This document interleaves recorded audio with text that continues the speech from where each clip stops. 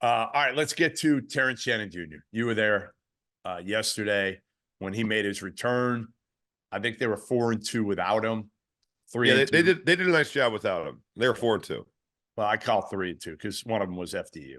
So I say they won 3 of 5 legitimate games. No respect to Fairleigh Dickinson from no Jeff. Respect for FDU right now. Not for that. But Shannon was suspended. He was able to play. A judge ruled that he's able to play for the time being while he continues to go through the legal process. And we don't know what that means. We have no idea. Like he might not be able to finish the season. We have no idea. He might be found innocent. He might be found guilty. It's hard. With the way the courts move, I don't think he'll be found innocent or guilty before the season ends. I think it would just be the situation changes would be, whether that's the TRO, which I think is the legal jargon for an injunction, or it's something changes with the case, then I think that this is going to take a while. Can you talk, because I've done this before. I've been a part of broadcasts where things like this have happened, and you go on the air, and especially with this one, this isn't like a clear-cut, easy one to talk about, Rob, because again, we don't know all the specifics of this. And like, it's hard. I've known, and I said this the other day, I've known Terrence Shannon Jr. for a long time. And what I can talk about are my personal experiences with Terrence Shannon Jr. And he seems like a sweet, sweet kid who's well-spoken, who's all about the team, who's gotten so much better.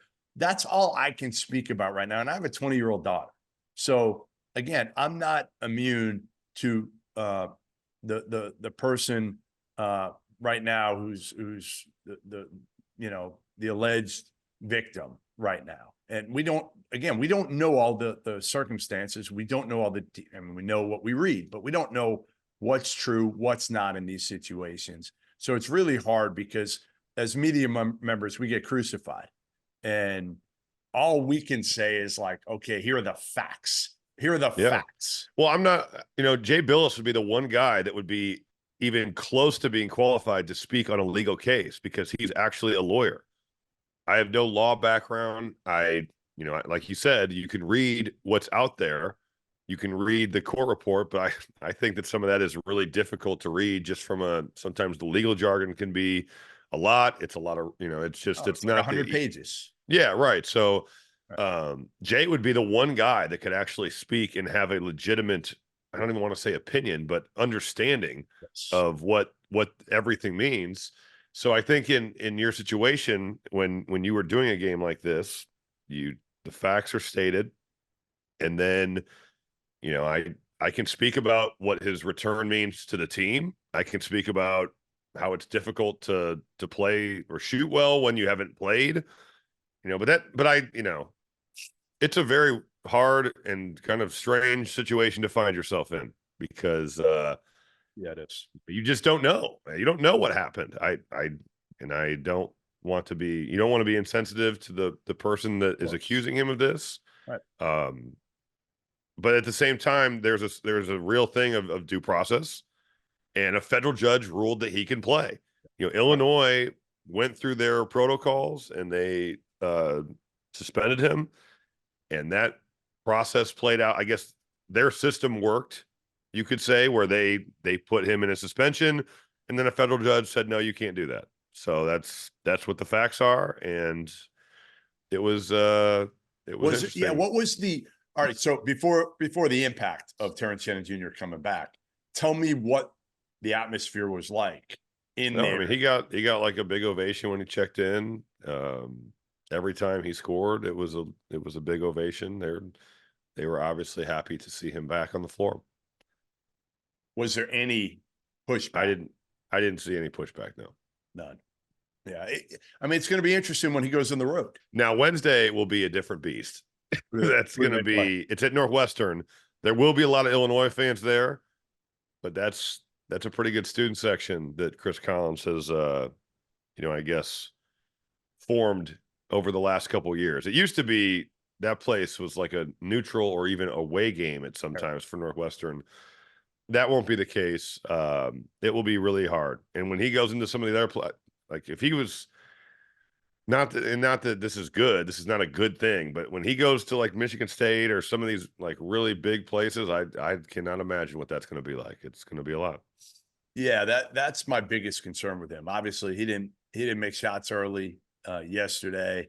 He's still probably, obviously you got to get your legs back, your timing back, all that. But right out of the gates, he had 2 assists that were terrific. He's a tank in transition. I mean, he has the burst and the power that I don't know if anybody else has in college basketball. I agree. He is I like agree. deep. Like I keep coming back to. I haven't seen anybody that reminds. And D Brown did not have the power of Terrence Shannon, but the speed and just the ability to be like the one man fast break. That was what D got hyped on, and he should have because he was amazing at it. Terrence Shannon is like getting the ball, putting his head down, and just going through guys. I mean, it's just you cannot stop him in transition. It's really incredible. He's the one guy, Rob. Like you look around the country and a lot of guys, like even, okay, Purdue, let's say Purdue, for example, they don't have a dude you can just give the ball to and just say, hey, go make a play in the half court. Like Terrence Shannon has that ability right now. Well, they don't run anything for him. They don't need to. They put him in pick and roll. They get him in transition. They don't have to. Nope. So, I think he's a really, really good player. There's a reason he was playing like a first team All-American, and the physical tools he possesses are unique to, I think, Terrence Shannon. Illinois, with Terrence Shannon Jr. back now and having time back with him, can they be a Final Four team? Like, are they your number 4? Like if I did your power rankings there, and you picked the Kentucky as your My third. Kentucky pick is waffling, but I'll stay with it for the I didn't realize their defense was for the sake of the show. For the sake of the show, you have to stay with it. That's fine. I'll stay with Kentucky. Is Illinois right there? Is I guess what I'm saying. Are they? Yeah, could they I mean, be with your Shannon third back, or fourth? they were a good team without him. I think that they can be a Final Four team with him. Now, does he play the rest of the year? I have no idea. Like he might not be playing in 2 weeks. If he does, I think that they yes. I think that they could be a Final Four team if he does. My biggest concern before the Shannon suspension was point guard playing Ty Rodgers. He has gotten better. They've honestly been fine. They just do it by committee. Yes. Damas brings it up. Rodgers brings it up. Shannon will bring it up. I guess if a team, I don't think who even presses like this anymore. If you had like Nolan Richardson's Arkansas team, maybe you'd be concerned, but no one does that anymore. So I don't think it's a problem, honestly. Yeah, I mean, I think they're a team that has. Dude, the Illinois fans are going to kill you for coming back and being like, I think they might be a Final. You were literally saying they might not make the tournament last week. And I think Terrence Shannon is the second best player in college basketball. They were going to make the tournament, dude. That was such a dramatic take. It was not. They were 3-2. They lost to Maryland at home. Then they went and won at Michigan. They were going to make the tournament. They were going to make the tournament. Michigan, the Fab Five played? I'm not saying that. I'm just saying a road win in conference play by 15 is probably like they almost came back at Purdue. They beat Michigan State at home. Now, granted, I know that Michigan State has been a little bit up and down.